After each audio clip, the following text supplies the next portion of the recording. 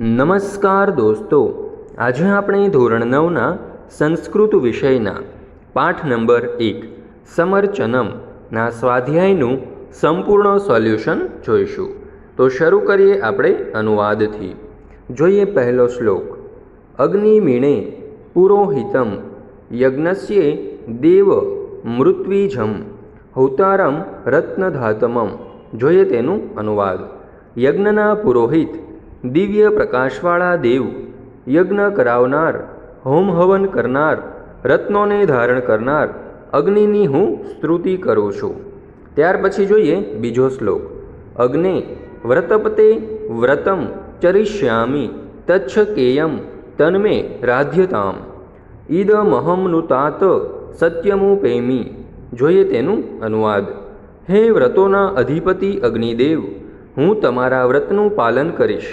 તે વ્રતની મને સિદ્ધિ કરાવો. આ હું અસત્ય માર્ગથી સત્ય માર્ગે ગતિ કરું છું. ત્યાર પછી જોઈએ ત્રીજો શ્લોક, જે યજુર્વેદમાંથી લેવામાં આવેલો છે. નમઃ શંભવાયશ્ચ મયોભવાયશ્ચ નમઃ શંકરાયશ્ચ મયસ્કરાયશ્ચ નમઃ શિવાયશ્ચ શિવતરાયશ્ચ. જોઈએ તેનું અનુવાદ. કલ્યાણ કે સુખને જન્માવનાર એવા અને સુખના દાતાને નમસ્કાર હો. જે કલ્યાણ કરે છે તેમજ સુખકારી છે તેને નમસ્કાર હો. જે શિવ અને અતિશય કલ્યાણકારી છે તેને નમસ્કાર હો. ત્યાર પછી આપણે જોઈએ ચોથો શ્લોક. યમ બ્રહ્મા વરુણેન્દ્ર રુદ્ર મરુતઃ સ્તુન્વંતી દિવ્યેઃ સ્તવેઃ વૈદેઃ સાંગપદ ક્રમોપદ નિષદેઃ ગાયંતી યમ સામગાહ ધ્યાનવસ્થિ તતગદેન મનસા પશ્યંતી યમ યોગીનો યસ્યાંતમ ન વિદુઃ સુરાસુરગણાઃ દેવય તસ્મે નમઃ. જોઈએ આપણે તેનું અનુવાદ. તેની બ્રહ્મા, વરુણ, ઇન્દ્ર, રુદ્ર અને દેવો દિવ્ય સ્ત્રોત વડે સ્તુતિ કરે છે. સામનું ગાન કરનારા, જેનું 6 વેદાંગો પદપાઠ, ક્રમપાઠ તેમજ ઉપનિષદો સહિત વેદો વડે ગાન કરે છે. જેનું યોગીઓ ધ્યાનની અવસ્થાને પ્રાપ્ત થયેલા મન વડે દર્શન કરે છે. જેના અંતને દેવો તેમજ અસુરગણો જાણતા નથી. તે દેવને દિવ્ય રૂપધારી પરમેશ્વરને નમસ્કાર હો. ત્યાર પછી જોઈએ પાંચમો શ્લોક. ભયાનામ ભયમ ભીષણમ ભીષણનામ ગતિ પ્રાણીનામ પાવનમ પાવનાનામ મહોશ્ચહે પદાનામ નિયતુ ત્વમેકમ પરેશામ પરમ રક્ષકમ રક્ષકાનામ. જોઈએ તેનું અનુવાદ. હે ઈશ્વર, તું ભયજનક સંજોગોમાં ભયરૂપ છે, ભયાનક સંજોગોમાં ભયાનક છે. પ્રાણી માત્રની તું ગતિ છે, પવિત્ર વસ્તુઓમાં તું પાવન છે. મોટા અને ઊંચા પદો ધરાવનારનું તું એકમાત્ર નિયંત્રક છે. ઉત્તમોમાં ઉત્તમ અને રક્ષકોમાં તું રક્ષક છે. ત્યાર પછી જોઈએ છઠ્ઠો શ્લોક. વયમ ત્વામ સ્મરામો વયમ ત્વામ ભજામો વયમ ત્વામ જગત્સાક્ષારૂપમ નમામઃ સદેકમ નિધાનમ નિરાલંબમિશમ ભવામભોધિતપોતમ શરણ્યમ વજ્રામઃ. જોઈએ તેનું અનુવાદ. અમે તમારું સ્મરણ કરીએ છીએ, અમે તમને ભજીએ છીએ, અમે જગતના સાક્ષીરૂપ એવા તમને નમીએ છીએ. તમે એકમાત્ર સત્યનિધિ છો. તમે આધાર વિહોણા ઈશ્વર છો. તમે સંસારરૂપી સાગરને પાર ઉતારનાર નાવ છો. શરણમાં જવા યોગ્ય એવા તમને પ્રાપ્ત કરીએ છીએ. ત્યાર પછી આપણે જોઈએ ટિપ્પણી. એમાં પહેલું આપેલું છે ઈર્ણ, એટલે કે સ્તુતિ કરું છું. ત્યાર પછી બીજું છે ઋત્વિજમ, એટલે કે ઋત્વિક કર્મ કરનારને.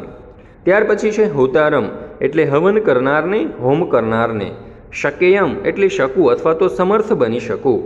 રાધ્યતામ, એટલે સિદ્ધિ કરાવો અથવા તો સિદ્ધિ કરી આપો. ઉપેમી, એટલે પાસે જાઉં છું અથવા તો પ્રાપ્ત કરું છું. ત્યાર પછી છે સ્તુતિ, એટલે કે સ્તુતિ કરે છે, ગુણગાન કરે છે. સાંગ પદ ક્રમોપનિષદે, એટલે કે 6 વેદાંગો પદ પાઠ, ક્રમપાઠ તેમજ ઉપનિષદોની સાથે. ગાયંતી, એટલે ગાન કરે છે.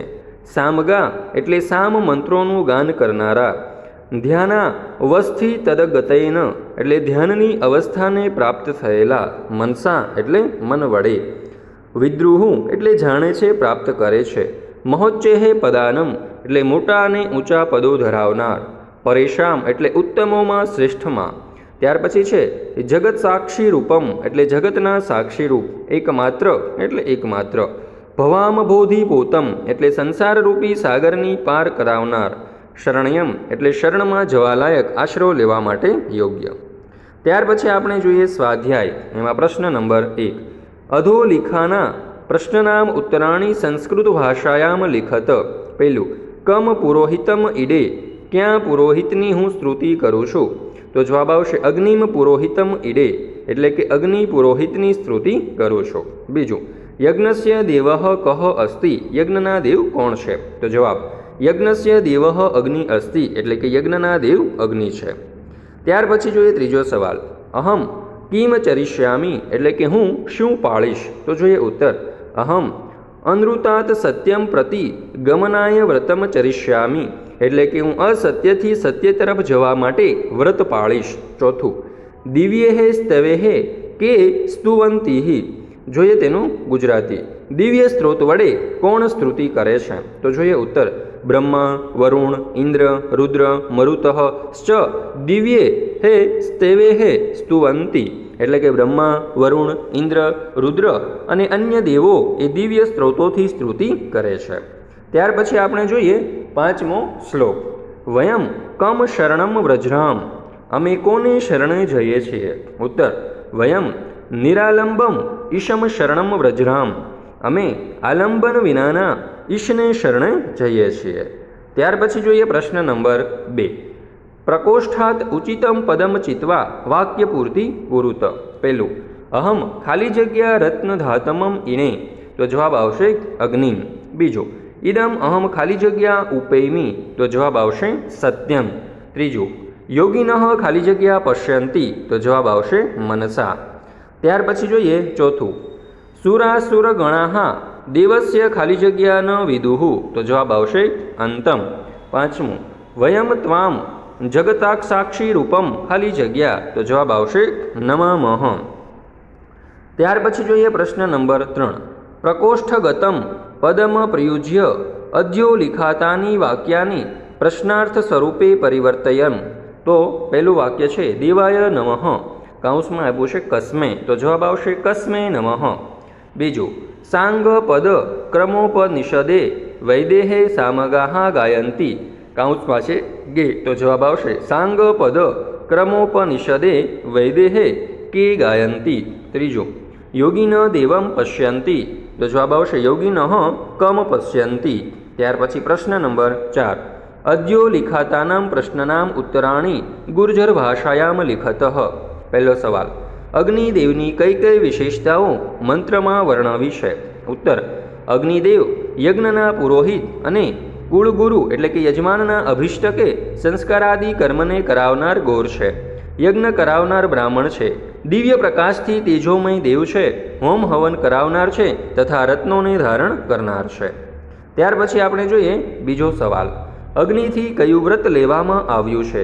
ઉત્તર, અસત્યના માર્ગથી સત્યના માર્ગ પર જવાનું વ્રત અગ્નિથી લેવામાં આવ્યું છે.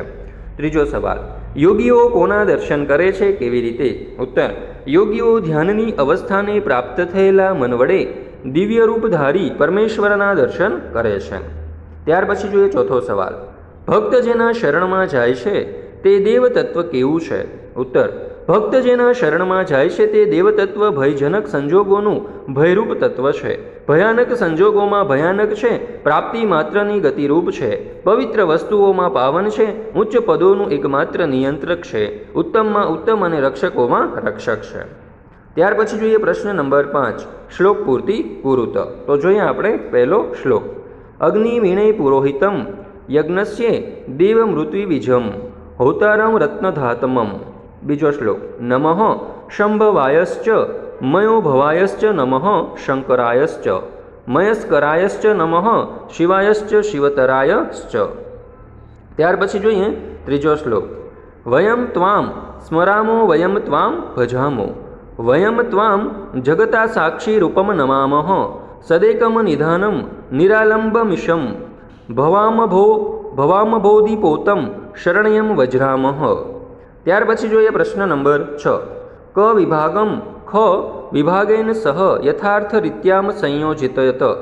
એમાં પહેલું આપેલું છે અગ્નિમ, તો અગ્નિમની સાથે આપણે જોડીશું પુરોહિતમ. બીજું છે શિવાય, શિવાયની સાથે આપણે જોડીશું નમઃ. ત્રીજું છે દિવ્યેહે, એની સાથે આપણે જોડીશું સત્વેહે. અંતમ, એની સાથે જોડીશું ન વિદુહુ. સામગાહા, એની સાથે જોડીશું ગાયંતી. ગતિહિની સાથે જોડીશું પ્રાણીનામ. દોસ્તો, આ પાઠનો ધ્યાનપૂર્વક અભ્યાસ કરવા બદલ આપ સર્વનો ખૂબ ખૂબ આભાર. સંસ્કૃત વિષયના બધા જ પાઠના સ્વાધ્યાય અને અનુવાદના સોલ્યુશનની લિંક તમને ડિસ્ક્રિપ્શનમાં આપેલી છે, તો તમે તમારા મિત્રો, દોસ્તો, ભાઈઓ વગેરેને પણ આ લિંક જરૂરથી સેન્ડ કરજો, જેથી તેઓ પણ આ પાઠનો સારી રીતે અભ્યાસ કરી શકે.